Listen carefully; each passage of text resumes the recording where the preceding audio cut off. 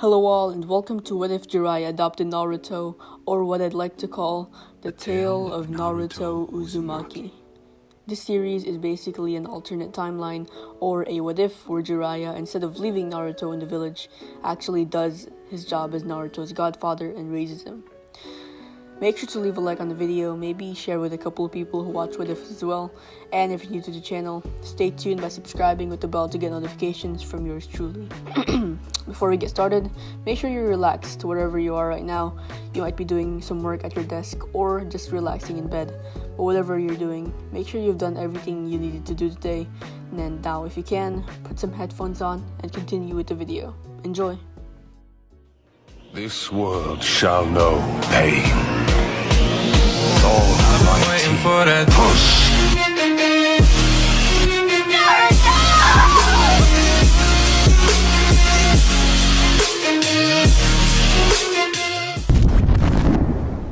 A loud roar was heard around the village. The QB was struggling to get out of the chains made by Kushina Uzumaki. Right then, it was able to make a sudden movement with its large and sharp claws, enough so to pierce through Minato and Kushina, who were trying to save their newborn son, Naruto, and succeeded but at the cost of their own life.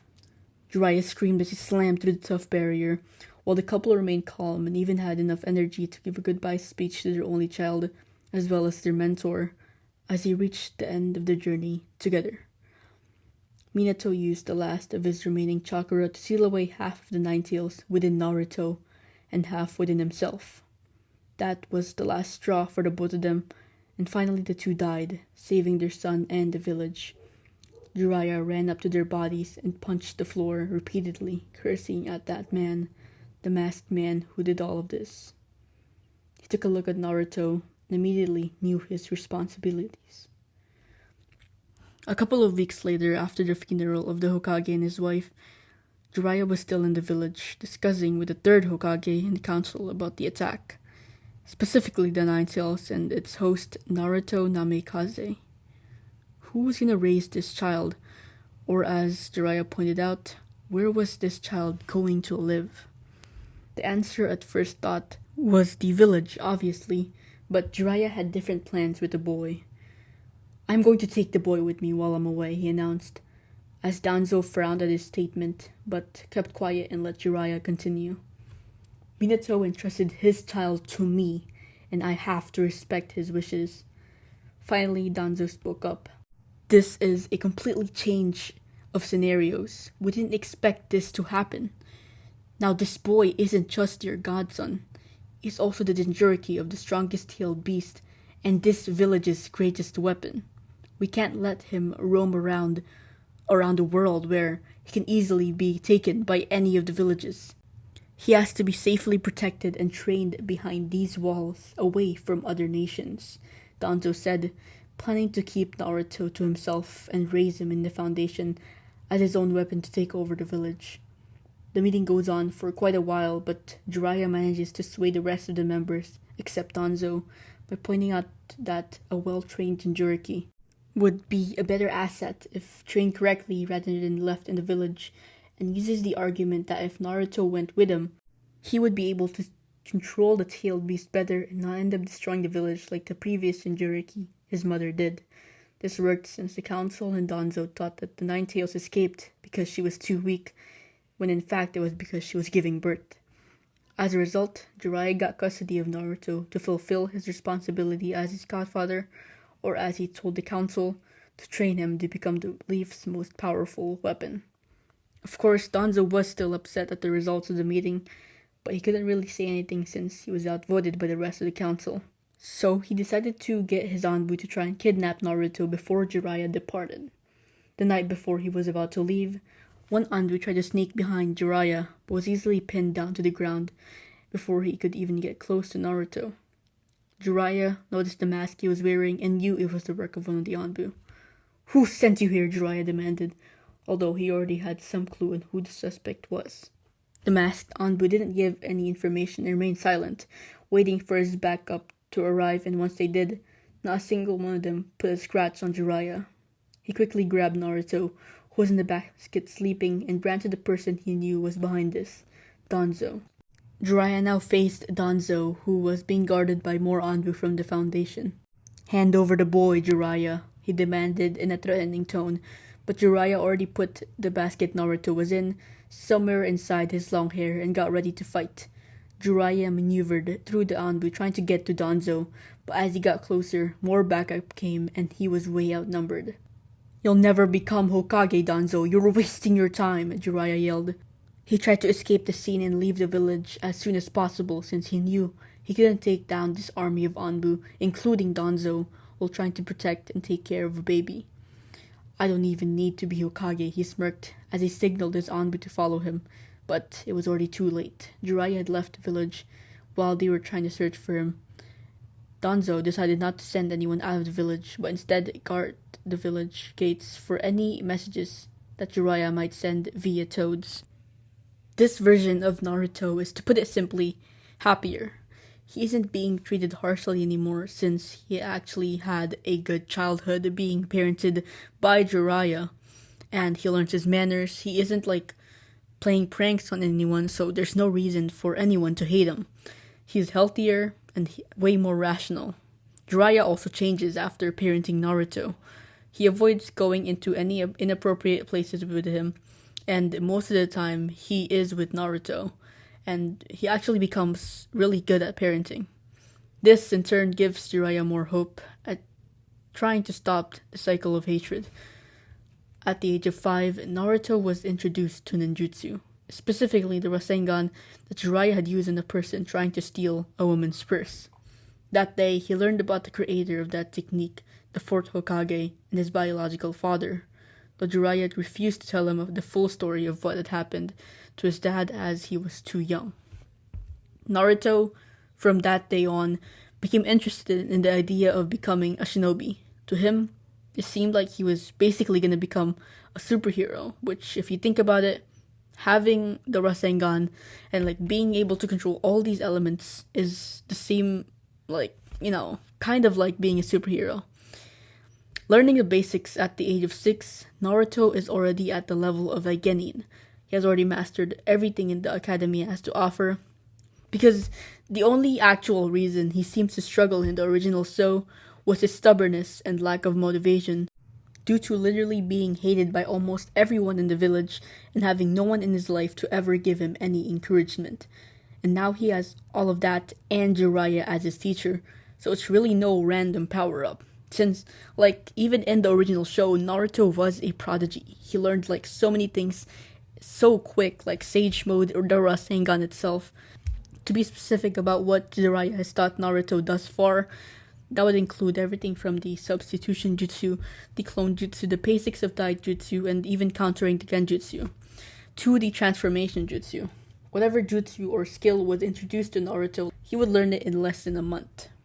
Chakra control was probably one of the hardest things he could try to master because of his large chakra reserves and the fact that he carried the Nine Tails. But after a couple of weeks, he is able to easily walk on trees and on water. When he was 7, he was introduced to his chakra nature, which was, of course, a wind affinity. Jiraiya would then teach him the basic wind jutsu such as the Gale Palm and the Whirlwind Jutsu. By himself, he would then learn how to use his wind style to casually enhance his physical capabilities, to make himself run faster, move around faster, jump higher, and make his attacks stronger. And with his mastery of the Shuriken Jutsu, he would make his projectiles attacks sharper, faster, and way cleaner than before. Soon Jiraiya would take into account that Naruto was part of the Uzumaki clan because of Kushina's genes, and this would make him have strong endurance and an unbelievable amount of chakra. This gave him a lot of possibilities for future training lessons and harder jutsus to master. Naruto would already be learning B to A rank jutsu such as the Air Bullet Jutsu, the Shadow Clone Jutsu, and many more. On his 8th birthday, the two went to the Sand Village so Jiraiya could gather information about the Akatsuki, as Jiraiya just recently learned about this secret organization and how they were trying to gather all the tailed beasts. From this, Jiraiya speculated that that man he saw the night of the attack was related to this group, so he started searching around the world with Naruto just to find out about them. They celebrated Naruto's birthday eating and exploring around the whole village. Naruto was taught at a very young age, specifically when he learned ninjutsu, the value of money. He wasn't spoiled because the money he would spend was the money he would earn from errands and missions to help people they ran into along the way. But in one of the weapon shops they were visiting, Naruto was staring at one of the melee weapons that was displayed in the middle of the room. They were two wakizashi blades, which are basically just shorter katanas with sharp points and a handle with golden strips. Jiraiya noticed Naruto looking at the weapon and told Naruto he would buy it if he paid half the price and if he learned how to use the sword before he could actually use the metal. Like he would use the wooden, practice swords, and he agreed. The two then stayed in a hotel after they bought the twin swords. Jiraiya woke from a fake sleep to go on an arranged meeting with someone in the balcony of the hotel.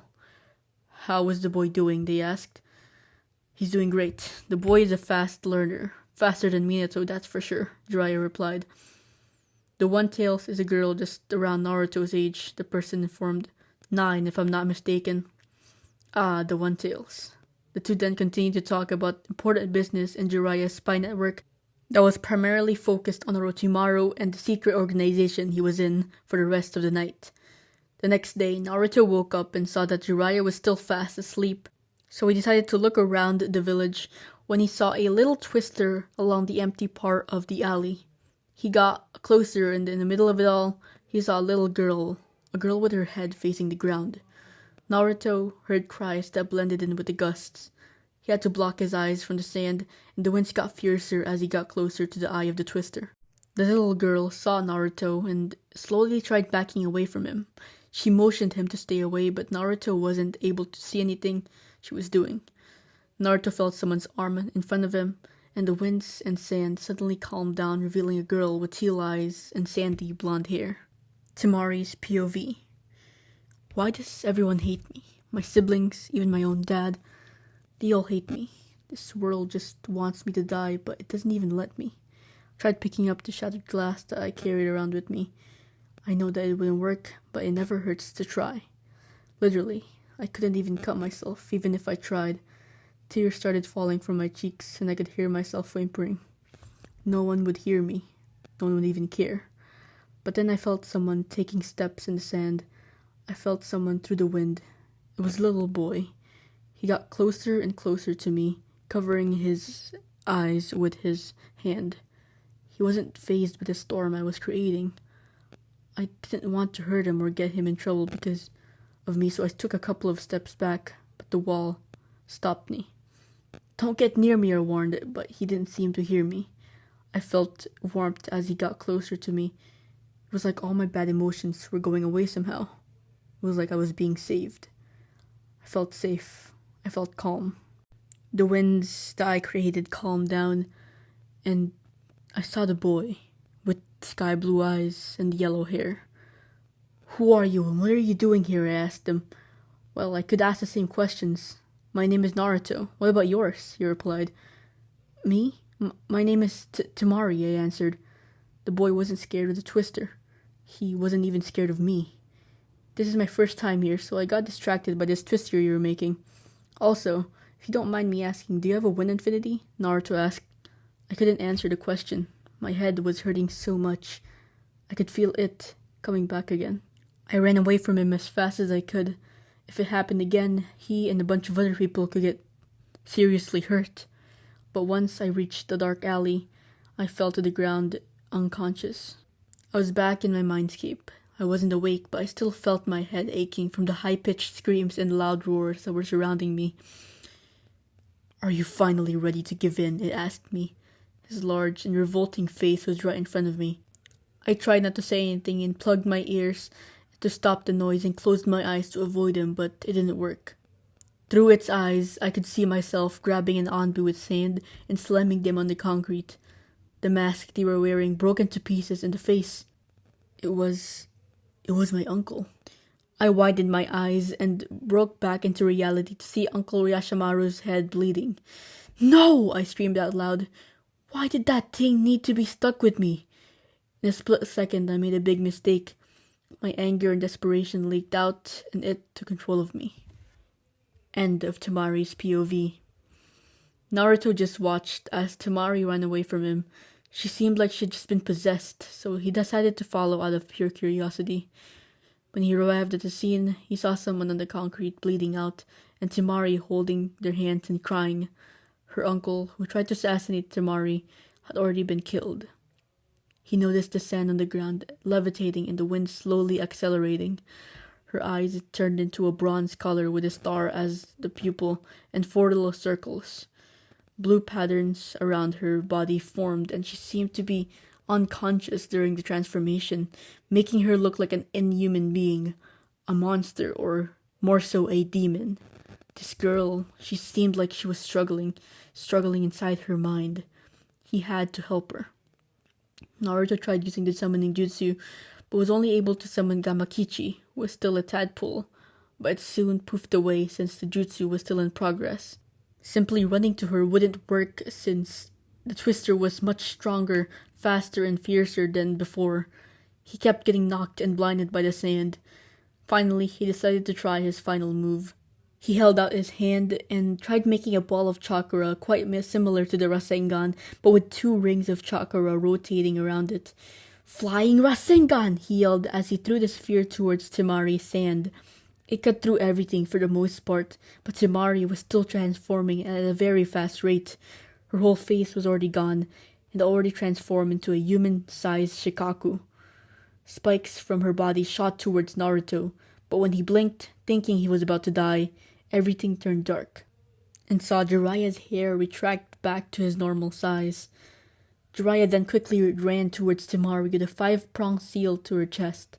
In the ground, her body started going back to normal. They brought her back to the hotel as Jiraiya set up the whole room for a sealing ritual to make Temari seal better. He knew how much this girl had suffered, especially with this kind of seal. A few minutes later, it was finally done. Naruto watched the whole thing and was finally shown the true arts of Fuinjutsu and his clan's specialty, and was very intrigued by it. The seal kept Shukaku at bay, and Temari and the village safe from it possibly escaping again. Jiraiya laid Temari down on her bed and went outside to train Naruto. "That was amazing," Naruto commented on his sealing ritual. "They just appeared and boom, it immediately stopped that thing from appearing again. I'll teach it to you once you get older. But about that flying Rasengan of yours, well, I was just trying to copy the Force Jutsu, but ended up making this one. Interesting. Now, here." Jiraiya tossed Naruto one of the wooden swords that they got from buying the Wakizashi's blades and held the other one for himself, as he then started to teach him the basics of Kenjutsu, the art of the sword. A few hours later, Temari woke up. She felt sore, but the feeling was so relieving, something she hasn't felt before. For the whole 8 years of her life, this was the first time she had ever slept. This was because Shukaku would threaten to take over her whole body, and multiple times she would actually think about letting it. But she knew that he would try hurting people if he got in control. And even though those people thought of her as a demon, she didn't want the good out of all of them to get hurt. An example of what she thought of as good was Naruto. She saw what he tried to do. He wasn't scared of the demon inside her. She looked at him outside from the window, training with his wooden sword, having a very bad form while a white-haired man was sleeping near a tree trunk. He looked so determined and happy.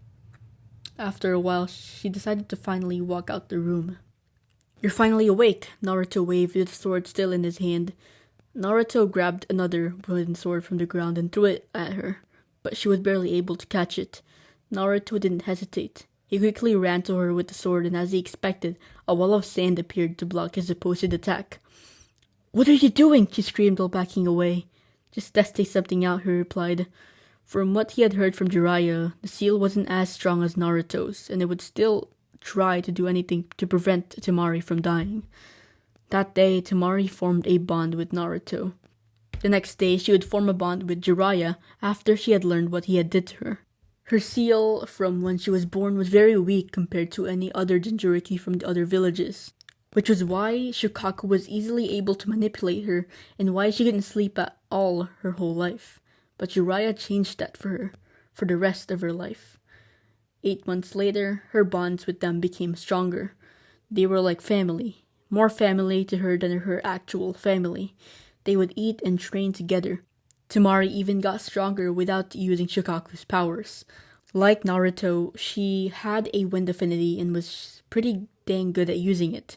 Temari wanted this to last her whole life, but alas, all good things came to an end.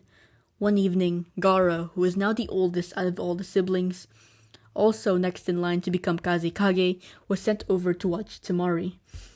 He went around the whole village to see her in a hotel with people he had never seen in the village before. Her expression contrasted from when she was at home. She was happy. Growing up, Gaara did what he could to be a good brother figure for Temari and Kankuro, but Temari always seemed to get the worst of everything, and soon he just forgot about helping her. She lived in the streets and he didn't do anything about it. In fact, he didn't even know. So Gaara went back and decided not to tell anything about her whereabouts, but her location slipped from his mouth, and due to his facial expression, the Kazekage knew his son was lying about her not being with anyone. Send the Anbu to that hotel and take her. We can't let some people take our most powerful weapon. Now go! The Kazekage told Gaara, and he had no choice but to take his father's orders. Meanwhile, Naruto and Jiraiya were already planning to take their leave after Temari let them know that she sensed Gaara watching them from outside. She held her tears as she hugged the both of them goodbye. Naruto promised he would come back soon, but Jiraiya knew that wasn't very likely anytime soon. Once Gaara and the other ninja barged into the apartment, it was empty, and no one was inside except for Temari, who was huddled in the corner of the room. The ninjas then searched the whole hotel, and there ended up being a whole search team around the Zen village, but Jiraiya had a lot of tricks up his sleeve after doing this job for a long time and easily exited the village without the Anbu getting any extra information about who they were and where they were from. Naruto never talked and was emotionless for the most of the time they spent getting away. He was wondering if he was ever gonna see her again, and even after 4 years, he still hasn't. But that was before Jiraiya called out his name, telling him to hurry up and come to the room. Naruto was 12, almost 13. Jiraiya sat on the floor holding 3 profile cards of 3 people. There it was, 2 Genin, Ino Yamanaka, Sasuke Uchiha, and a Jonin, Kakashi Hatake. Is this a target? Enemies? Or do we have to rescue him? Naruto asked, but Jiraiya smirked. No, that's not it.